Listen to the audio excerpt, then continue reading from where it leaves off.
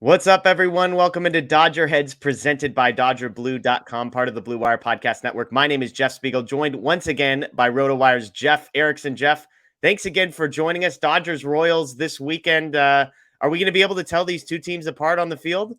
Yeah, one will be powder blue. That'll be the Royals. They'll be the one giving up a lot of runs too. Fair. As much as the Dodgers pitching woes have been documented, the Royals are another level there. Third worst ERA in baseball, 5.24. It's been worse in the last 30 days at 5.64. So really hard time, and that's been like an ongoing struggle for the Royals. They spent all these draft assets over the years and have failed to develop pitchers. Look at Brady Singer, who had some steps forward last year, has taken those steps back this year. Daniel Lynch, another former first rounder who's getting the start on Friday night, actually has been okay lately, but if you peek under the hood, it's less impressive. Yeah. No, I was joking with you right before we came on. I don't know if the Rockies and Royals back to back should really qualify as a true road trip because, we were all talking on our show. The Dodgers need to go like 4-2 at worst on this stretch, potentially even 5-1. They did take 2 out of 3 from the Rockies. But you mentioned how bad the Royals have been, 5-17 in their last 22 games. That included a 10-game losing streak, 2-4 in their last 6. This was, as we're going to talk some of the betting stuff, Jeff, this was the number that jumped out to me. So typically on baseball, you can bet the money line or they've got a run line of like -1.5. The Royals are 28-53 against the spread. So Wow. even if you're taking -1.5 against the Royals, you're winning 53 times out of the 81 games that they have played so far, which is pretty astonishing.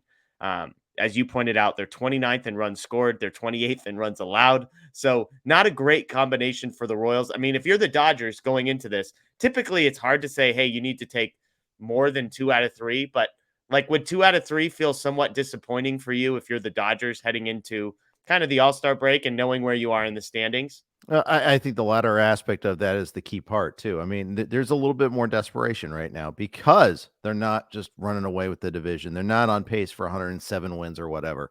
That they're the second wild card. And they're only a half game ahead of the Giants for the third, and 1.5 or 2 games over the Phillies, who are the first team out of the wild card right now, sitting at 45 and 35. Yeah, absolutely. There's a little bit more desperation. You look at some of the other teams that have made runs this year.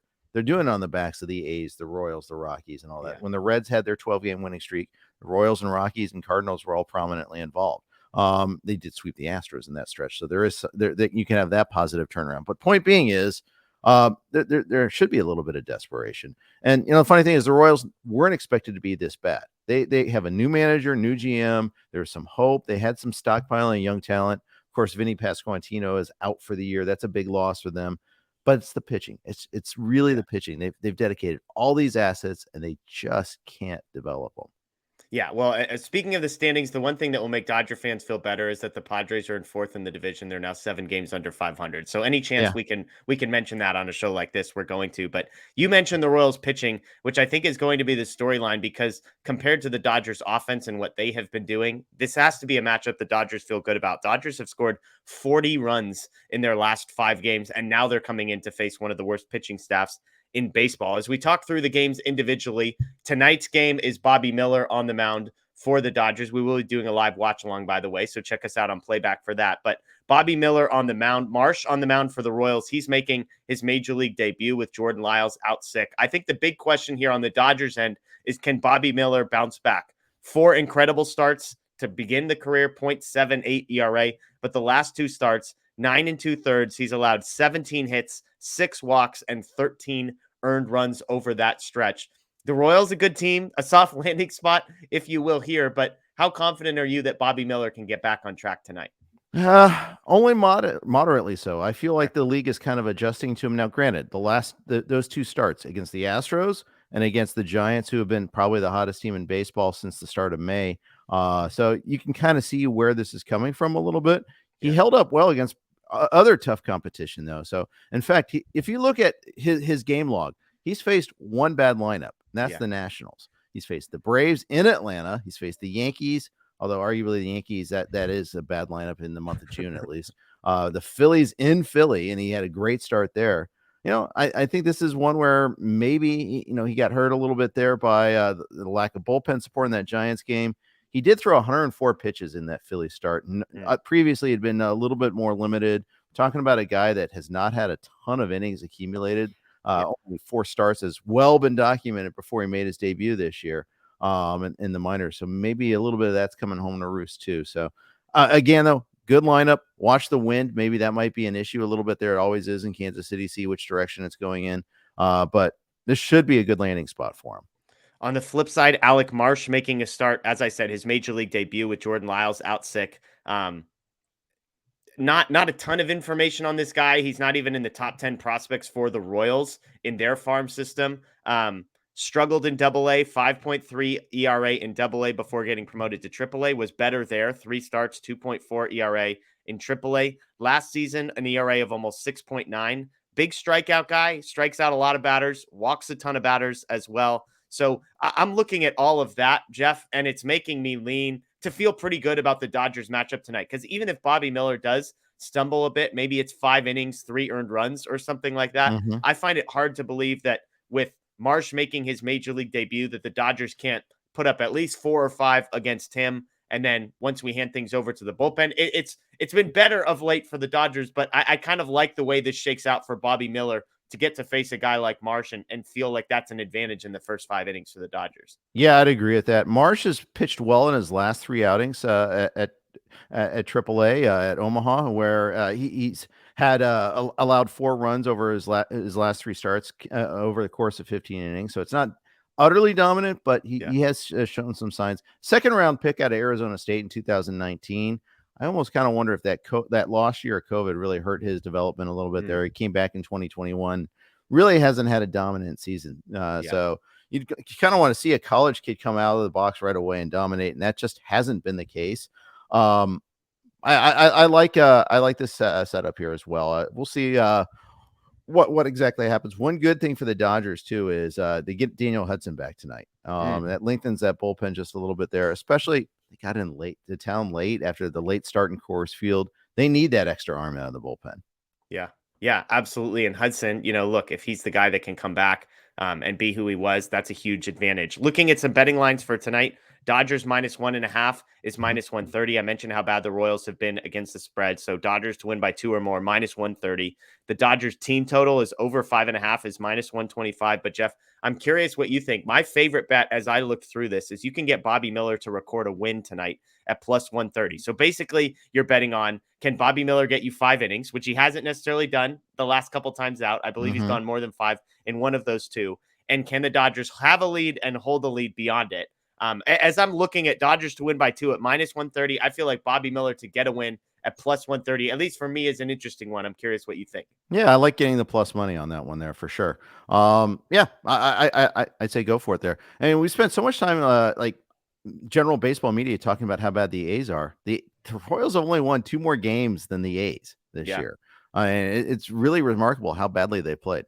They're really bad. And it is, I think because of the A's stadium thing, maybe that's more in the national, conversation. And then every time you talk about the A's, you have to mention how bad they are as well. But I mean, again, I'm looking at the Royals. I'm like, all right, you're 29th in runs scored and 28th in ERA. So that's a pretty awful combination that you don't have one thing. It's not like, well, at least we score a bunch of runs and lose in exciting fashion. They don't do anything well. There aren't a ton of guys of note on this roster when you sort of, as a guy who focuses mostly on the National League, specifically on the Dodgers, and you say, hey, who are you excited to see on the Royals? I mean, they don't exactly have 5 guys that jump like, well, at least I'm excited to see this guy, and this guy. It's sort of a nondescript, boring, not very good baseball team on the whole. You follow it a little more closely, kind of on a national level. Like, do you think that's a fair assessment of the Royals as an organization right now? It is. Pasquantino's injury is a tough one there. He was someone I was excited about. And the thing is, most of their top young players are already with the big club. Bobby Witt Jr., MJ Melendez. They called up Michael Garcia. He's a guy that's got a lot of speed. He's someone worth watching there a little bit. Drew Waters, they got from the Braves. He's a top 125 prospect. He's up with the big club. But it's the combination of Singer and Singer and Lynch and a number of other young pitchers that just haven't developed. Chris Bubich getting hurt or beginning of the year was a killer. He was showing some signs of turning the corner and becoming an ace, perhaps. That didn't happen. We're going to be looking at the Royals as a team that could be trading at the deadline, trading Scott Barlow and Aroldis Chapman. So every series for them is a bit of a audition for other teams. So yeah. These are because there's not too many good relievers out on the trade market right now. So these are two that can help. But yeah, it's a tough look right now. You did mention stolen bases. The Royals, that is one thing they do fairly well. We know how terrible the Dodgers have been. So keep an eye Yeah. on that. I think the Royals, if they do get on base, there's going to be a lot of movement on the base pass. And so we'll see. Will Smith, who has some of the better numbers as far as pop time and that kind of thing, we'll see if the Dodgers pitchers can at least give him a chance to try and throw some of those guys out. But At least Thor's not on the mound there. We got that. But I would look at stolen base props for Michael Garcia actually and Bobby Witt. That might be another thing that you can look at and profit a little bit on. Okay. I like it. I like it. Well, Saturday is probably the biggest storyline of the entire weekend for the Dodgers because Julio Urías, the Dodgers ace, expected to make his return on Saturday. He's been out for a while. He struggled before he was injured as well. So I'm curious for you, Jeff, from a fantasy perspective, from a betting perspective, what are you expecting for Julio? Like if he's on your roster in fantasy, are you putting him straight into the lineup? Are you saying, hey, it's the Royals, I'll just take my chances? Or is it kind of like, well, let me see what we've got from this guy before we bet on him or place him into our lineups? I think you got to have to roll with him just because of who he is.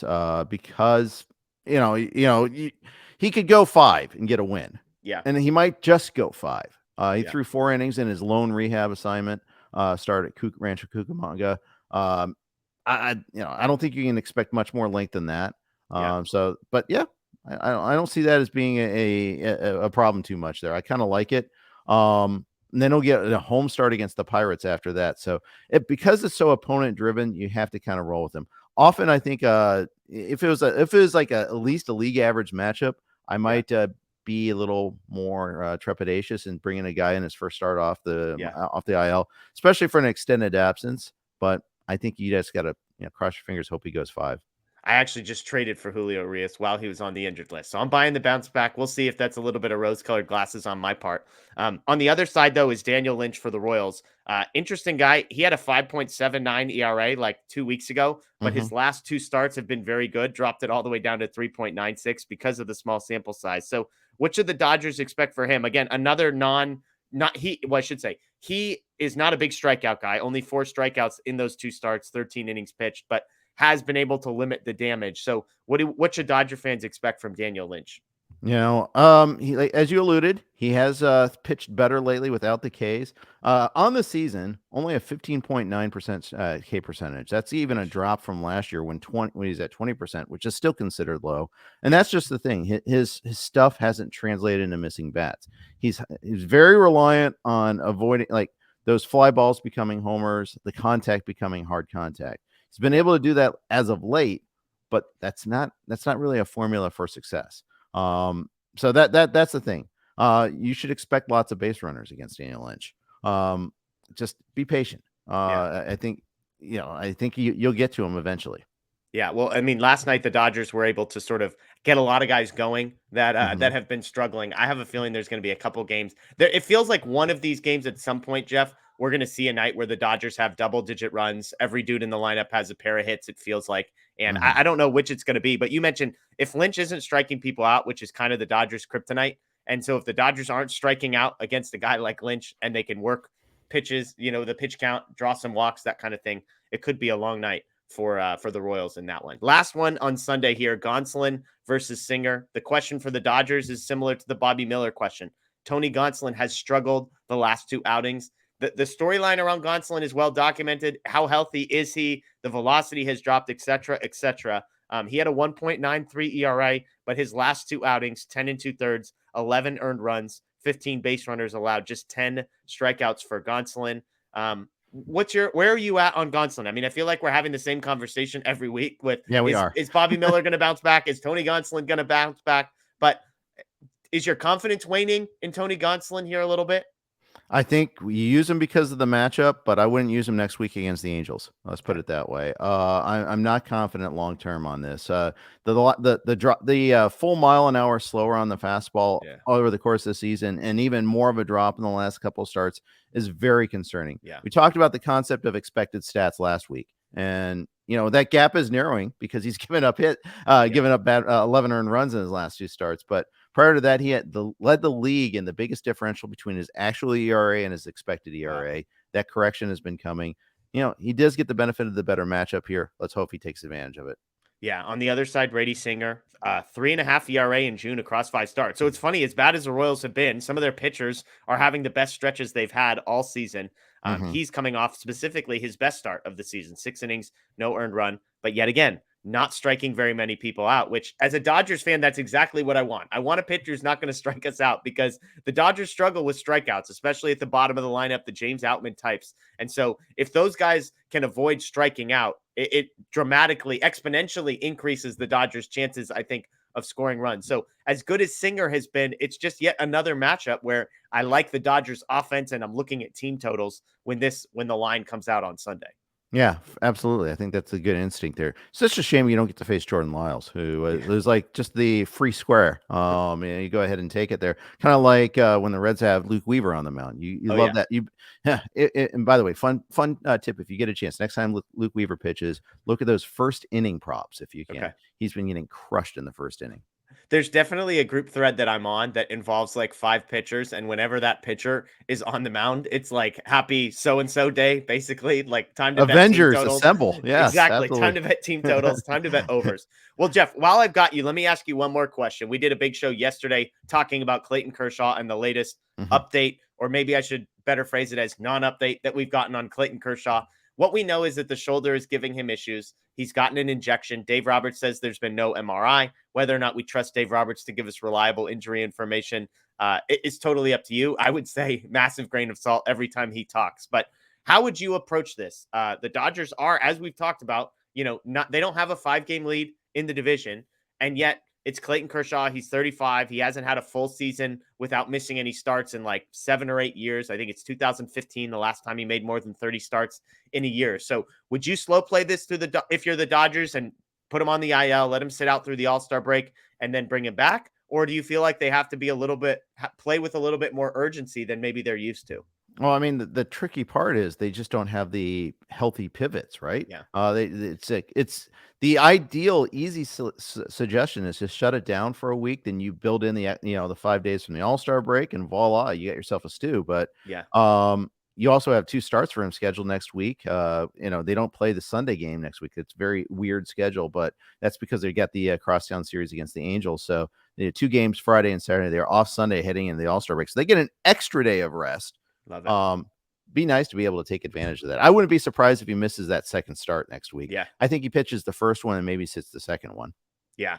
Yeah. It's an interesting one just because like they're getting Julio back. So they're finally about to get 5 starters that are healthy and get rid of the bullpen game and not have to rely on Michael Grove. And yet we're back to where we were, which is, Julio probably comes back. I hope personally Kershaw goes on the IL just to give him rest.